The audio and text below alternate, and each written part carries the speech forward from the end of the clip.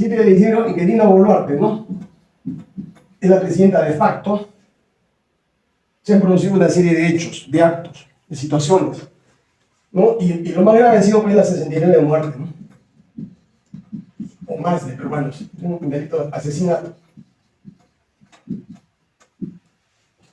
Esto de acá, es una quinta película. ¿Quién responde por estos asesinatos? Entonces ahí se ha tejido una serie, ¿no es cierto?, de declaraciones, de justificaciones. Pero ustedes saben, en el derecho, todo tiene que probarse. Si no se prueba, evidentemente no hay responsabilidad. Si se prueba, hay responsabilidad y hay condena. Entonces, ¿qué cosa es lo que ha pasado en este asunto?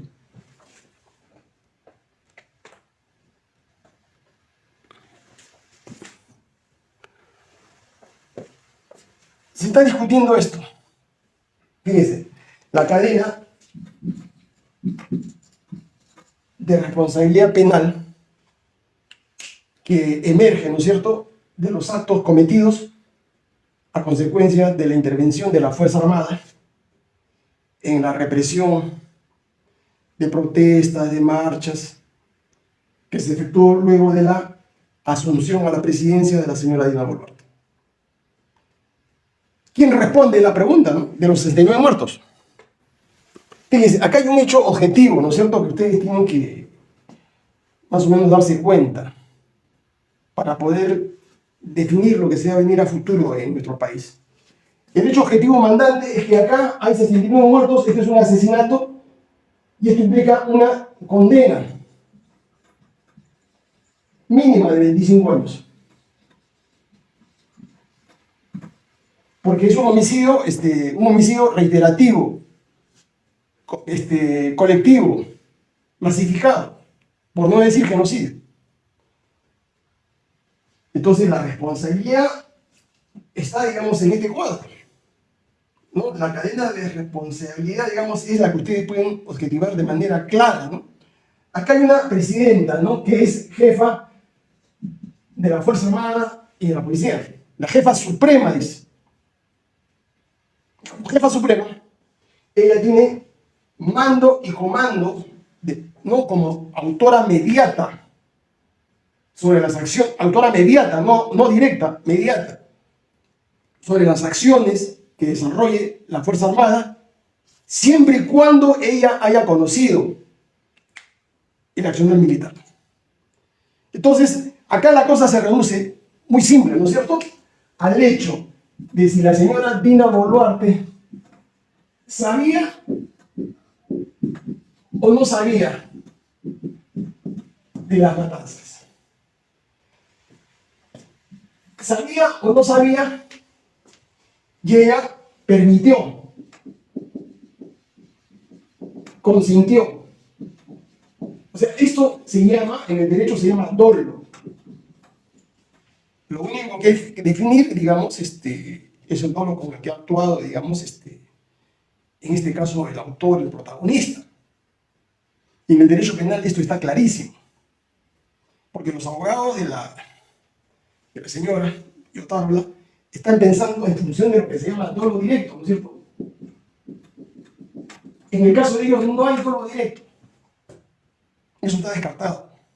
Lo que existe es lo que se llama el dolo eventual. Entonces van a responder por dolo eventual, ¿ya?, y por autoría inmediata. Porque fueron Ayacucho, Andahuaylas, Juliaca, Lima. No fue una sola muerte. Han sido 5 actos. Y se le podría disculpar por la primera matanza. Disculpar no, ellos podrían justificar, discúlpenme, ellos podrían justificar su omisión, su inacción ante ese hecho. Pero ellos no pueden exonerarse de responsabilidad por la segunda, tercera, cuarta y quinta matanza. En ese caso, su responsabilidad es gravísima. No solamente es porque hay doble eventual, sino que hay lo que se llama omisión por omisión. No es una simple omisión, es una comisión por omisión, porque ellos, debiendo hacer algo, porque ella es jefe suprema de la Fuerza Armada, ella debió hacer algo ante la primera matanza, no lo hizo, y se causó un segundo resultado: muertos. Entonces estamos ahí ante la comisión por omisión. Entonces la situación de la señora está claramente definida, aún más cuando hay ya evidencias, como es la declaración del jefe del Comando Conjunto, Gómez de la Torre, que ha dicho que él y el alto mando militar se reunió con ella y con Otárola en el Palacio de Gobierno, luego de la primera matanza, donde se le dio cuenta del accionar de los militares. Entonces ellos tenían pleno conocimiento de lo que había pasado, de las muertes y todo. Entonces la situación de la señora está definida. Lo mismo que en el caso del ministro de Defensa. En ese momento, Otárola. Porque su situación es mucho más grave, porque él tenía relación directa con los militares, con los mandos militares. El ministro de Defensa, ¿no?, es el responsable del sector, y él tiene, ¿no es cierto?, mando y comando a través de lo que se llama autoridad inmediata. Porque él, como ministro de Defensa, cualquier persona con sentido común, ¿no es cierto?, si en las primeras muertes, ¿no es cierto?, me informo que hay 7, 8, 9 asesinatos cometidos por militares, en el acto, ¿no es cierto?, en el acto yo, ministro de Defensa, destituyo a todo el comando conjunto, ordeno que se le procese a todos los generales involucrados y que se hagan las investigaciones del caso. Esa debió ser su conducta en ese momento, pero no lo hizo. No, o sea, él los respaldó. Y por lo tanto, al respaldar esa acción criminal, él inmediatamente, no directamente, sino inmediatamente, él está compartiendo la responsabilidad con los mandos castrenses. El tercer nivel, ¿no?, que manejan los militares ya de manera directa, acá entre ellos también han querido, digamos, pasarse la responsabilidad. Ya hablan del nivel estratégico, que es correcto, y el nivel táctico.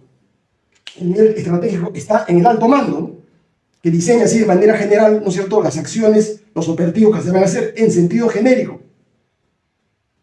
y en el cual están informados plenamente ellos.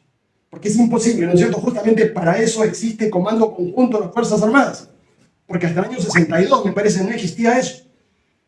Cada fuerza, la Marina, la Aviación, el Ejército, tenían mandos separados y entre ellos no había coordinación. Sobre todo luego de la guerra con Ecuador y luego de las primeras guerrillas. Y el Comando Conjunto de las Fuerzas Armadas se crea justamente para coordinar las acciones estratégicas y operativas que se hacen a nivel de las tres armas que existen en el Perú y la policía. Porque no son compartimentos estancos. Entonces las tres están intercomunicadas. Por eso que ustedes ven en el golpe del 7 de diciembre, se reúnen los tres jefes de las Fuerzas Armadas más el jefe de la policía y ellos deciden de manera coordinada no darle el apoyo a Castillo. Porque si se hubiese retirado el jefe de la policía, si el jefe de la policía le daba el apoyo a Castillo, la cosa hubiese sido diferente. Hubiese habido un enfrentamiento entre las fuerzas policiales y los militares.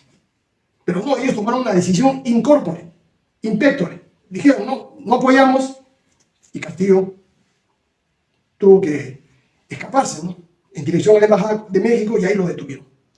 Entonces, en el nivel estratégico, hay mando y comando, evidentemente, y directo, ¿eh? No es como el caso del ministro de Defensa, que es inmediato. Pero el jefe del comando conjunto y los generales dicen, no, perdón, pero en esa zona de Ayacucho, el sur, por sedes, ¿no es cierto?, militares, hay un comando operacional del este, que corresponde a esa zona, ¿no? Y ese comando operacional tiene unidades operacionales. En este caso dicen ellos que es la segunda brigada de infantería, que es la que tiene que responder. Claro, pues la segunda, estos son autores directos. Autores directos, estos son autores inmediatos. Estos no hubiesen podido actuar si es que no tenían la aprobación del comando conjunto. Entonces, ustedes ven acá, ¿no? El comando operacional y la brigada tiene el nivel táctico. Es decir, ellos van al campo, al teatro de operaciones, ejecutan las órdenes del superior. Por lo tanto, acá no hay discusión, ¿no? Lo que legalmente puede suceder acá, estos tendrían algún tipo de salida legal, sí, puede ser lo que se llama obediencia debida, ¿no? Y eso es lo que van a alegar en el juicio, ¿no? Obediencia debida se llama, que es una causa de justificación para tratar de salvar su responsabilidad. Señores, nosotros seguimos las órdenes que nos dio nuestro comando conjunto. Si no ejecutamos esas operaciones, esos planes, a nosotros nos habrían proceso por desobediencia al superior. Entonces acá la cosa está definida a nivel castrense, militar, a nivel político. ¿Qué cosas se vienen? Y con esto termino esta parte. ¿Qué cosas se vienen?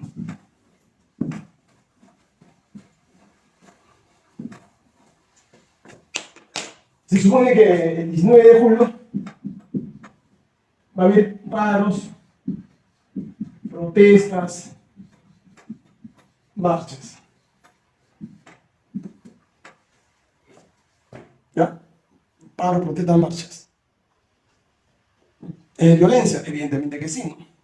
¿Qué va a hacer la Fuerza Armada? ¿No? Lo primero que, ante este hecho, en los mandos castrenses, ¿no es cierto? Los más tibios, ¿no es cierto?, en el sector castrense, los que no quieren estar en la posición de Hermosa Ríos, 25 años preso y que se va a morir en los próximos meses por una grave dolencia, dicen, no reprimirán. Si no hay orden escrita de la presidenta y del ministro de Defensa. O sea, ellos no van a salir a reprimir si es que no hay una orden escrita de la señora Dina Boluarte.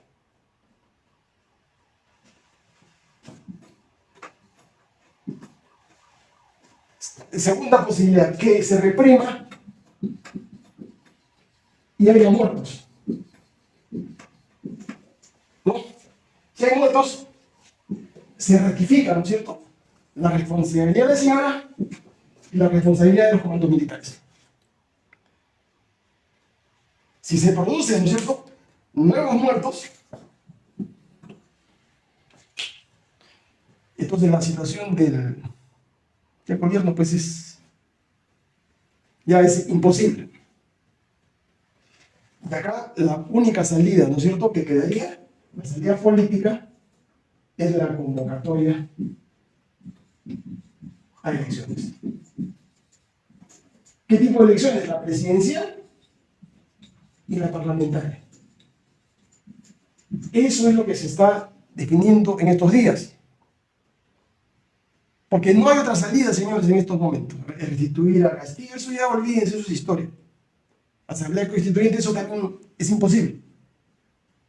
Porque el gobierno no solamente no tiene legitimidad, uno, no tiene legalidad, tres, no tiene mando sobre la Fuerza Armada. No le van a aceptar las órdenes si es que no están formalizadas. Porque los militares no se quieren comer 50 muertos más. ¿Ya? Y una tercera posibilidad, ¿no?, que están hablando, que frente al 19 de julio hay la posibilidad de un golpe militar.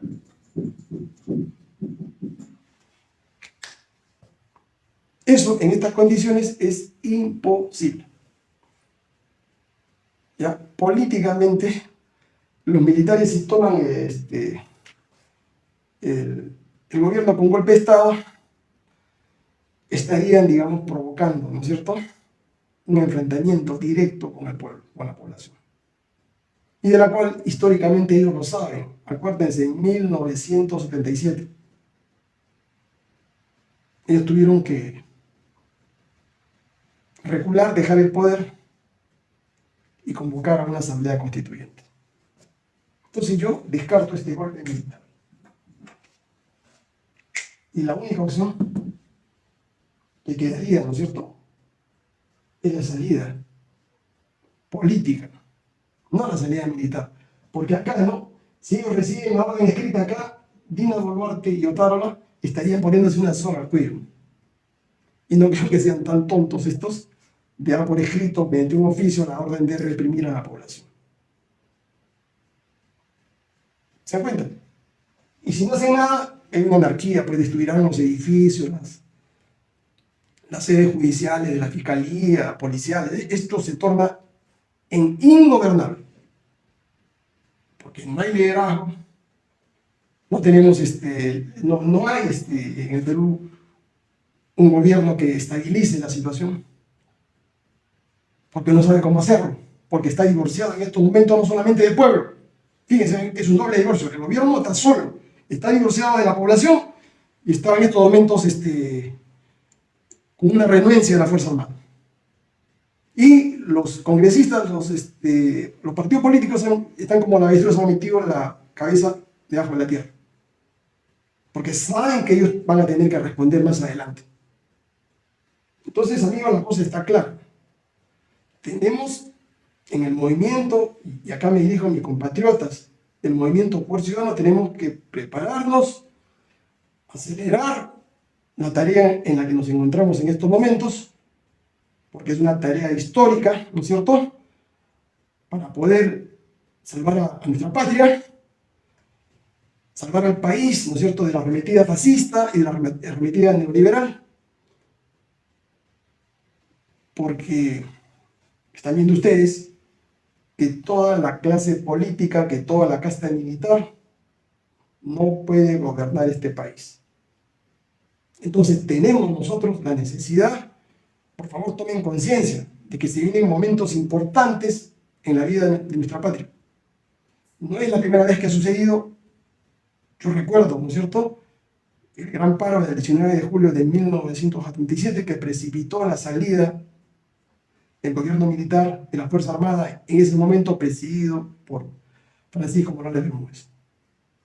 Entonces, tenemos nosotros que ser actores políticos en esta nueva etapa de la vida que se abre en nuestro país. Y para eso necesitamos, hermanos, compatriotas, hermanas, necesitamos inscribir al partido.